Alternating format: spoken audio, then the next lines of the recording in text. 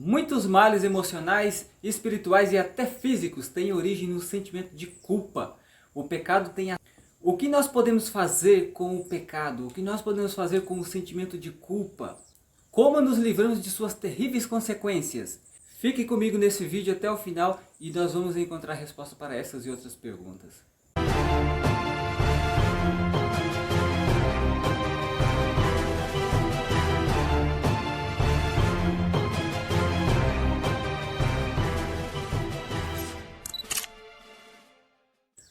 Muito bem, pessoal, sejam bem-vindos a mais um estudo bíblico da série Ouvindo a Voz de Deus. Esse é o 5º estudo e se você não assistiu o anterior, entra aí na playlist Ouvindo a Voz de Deus aqui do canal e assista o anterior para dar sequência a este. Se você já estudou o anterior, vamos dar sequência a esse estudo da Palavra de Deus. Vamos começar entendendo o que é fé e qual é a importância da fé na vida cristã. Leia comigo Hebreus capítulo 11 e o versículo 1.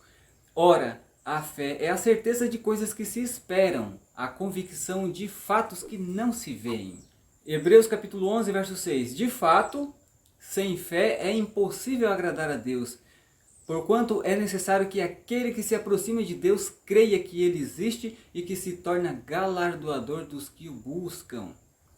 E Romanos capítulo 5, verso 1, nos diz o seguinte: justificados, pois, mediante a fé, temos paz com Deus por meio de nosso Senhor Jesus Cristo. Tiago capítulo 2, verso 26 também. Porque assim como o corpo sem espírito é morto, assim também a fé sem obras é morta. Então nós entendemos aqui que a fé é certeza, é confiança plena. E ela agrada a Deus e também produz paz. Ela nos traz a paz para o nosso coração.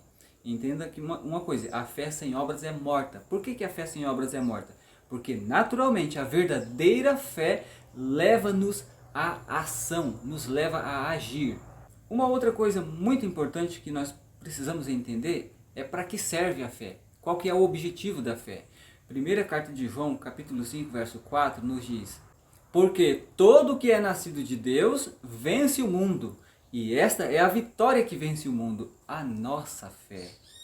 E primeira carta de Pedro, capítulo 1, verso 9, obtendo o fim da vossa fé, a salvação da vossa alma. Então, entendemos aqui nesses dois textos que o objetivo da fé é vencer o mundo e alcançar a salvação. Agora, pense comigo. Há pessoas que dizem que não têm fé ou não conseguem ter fé. Mas é possível desenvolver a fé? Existe algum segredo para desenvolver a fé? A resposta é sim, existe. E Romanos capítulo 10, verso 17 nos diz o seguinte: e assim a fé vem pela pregação, e a pregação pela palavra de Cristo, ou pela palavra de Deus. Então, há uma outra versão que diz que a fé vem enquanto ouvimos a palavra de Deus. Então, quando você estuda a Bíblia, mesmo da maneira como você está fazendo agora, comigo aqui, ou individualmente, quando você lê as Escrituras, você está ouvindo a palavra de Deus. E quando você ouve, e quando você dá atenção ao que Deus diz, a sua fé começa a desenvolver, começa a crescer e a se fortalecer. Até aqui nós entendemos o que é fé, qual é a sua importância e qual é o seu objetivo. A outra coisa muito importante é o arrependimento. E Lucas capítulo 5, verso 32 nos diz o que foi que Jesus veio fazer. Não vim chamar justos, e sim pecadores ao arrependimento. Bem, uma outra coisa que a gente também precisa entender é o que é que nos leva ao arrependimento. O que é que faz com que você se arrependa de maneira verdadeira? Romanos capítulo 2, verso 4 nos diz: ou desprezas a riqueza de sua bondade e tolerância e longanimidade, ignorando que a bondade de Deus é que te conduz ao arrependimento? Então, meu amigo, veja bem que o que leva a pessoa ao arrependimento é a bondade de Deus. É o fato de Deus ter bondade, paciência. Isso leva o ser humano ao arrependimento. Eu vou dar apenas um exemplo bem simples.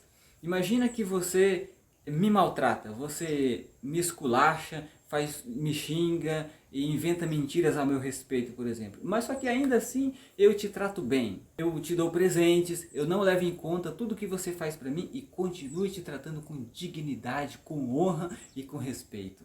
Isso não leva a você a refletir sobre as suas atitudes? Então, da mesma maneira, a bondade de Deus no seu trato conosco é que faz com que a gente se arrependa. E agora, o que é que o pecador arrependido faz? Salmo 38, verso 18 diz: confesso a minha iniquidade, suporto tristeza por causa do meu pecado. Então, o pecador verdadeiramente arrependido confessa os seus pecados a Jesus. O Salmo 32 e o Salmo 51 falam sobre arrependimento. E João, na sua primeira carta, capítulo 1, verso 9, nos diz que se confessarmos os nossos pecados, Jesus é fiel e justo para nos perdoar e nos purificar. E Paulo afirma que Jesus é o único mediador entre nós e Deus. Está lá em 1 Timóteo, capítulo 2, verso 5. Então, meus amigos, o que é que acontece com uma pessoa que não confessa os seus pecados a Jesus? Provérbios, capítulo 28, verso 13, nos diz que o que encobre as suas transgressões jamais prosperará, mas o que as confessa e deixa alcançará misericórdia.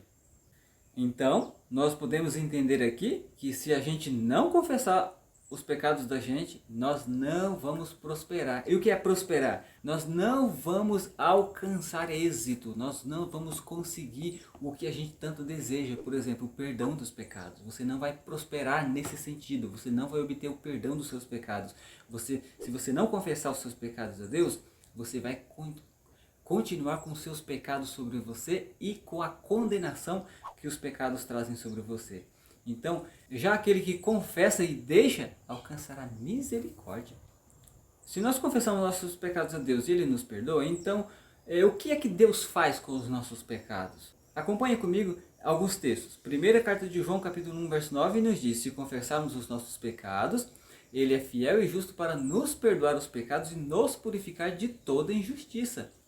Em Miqueias, capítulo 7, versos 18 e 19, dizem: quem, ó Deus, é semelhante a ti, que perdoas a iniquidade e te esquece da transgressão do restante da sua herança? O Senhor não retém a sua ira para sempre, porque tem prazer na misericórdia. Tornará a ter compaixão de nós, pisará aos pés as nossas iniquidades e lançará todos os nossos pecados nas profundezas do mar.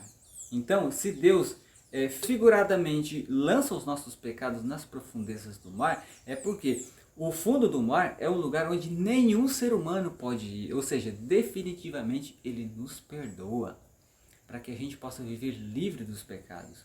Em Isaías 43, verso 25, Deus diz: eu mesmo sou o que apago as tuas transgressões por amor de mim, e dos teus pecados não me lembro. Então, se Deus não se lembra, é que dá uma amnésia na cabeça dele? De jeito nenhum. Na verdade, Deus tem tanto amor por nós que Ele apaga os nossos pecados, mas Ele não leva em conta. É como se Ele esquecesse.